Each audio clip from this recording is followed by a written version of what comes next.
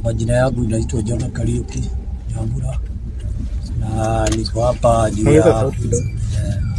hapa juu ya kijana yangu alipigiwa Nairobi na risasi, na ndio inafanya ndio hapa. Na uliweza kujuaje ni kijana yako? Nilimuona kwa simu na nikapigiwa simu jioni kitu saa 2, nikaambiwa na wale wanakaaga nao, kaniambia kijana yako amepigwa risasi. Sasa juu ile tulikuwa tunaona sio yeye, sasa tukarudi nikaona kumbe ni yeye.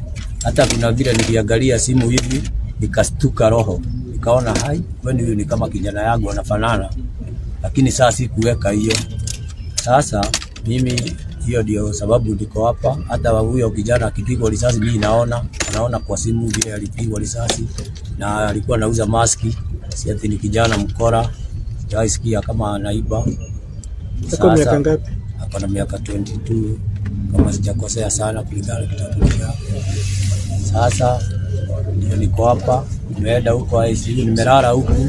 Nilikuja jioni kitu saa 4, kuna mtu alinipigia juu walikuwa wamesema ati amekufa. Mwingine akanipigia nikiwa kwa gari nikienda nyumbani, kaniambia ameona kwa simu huyo mtu ako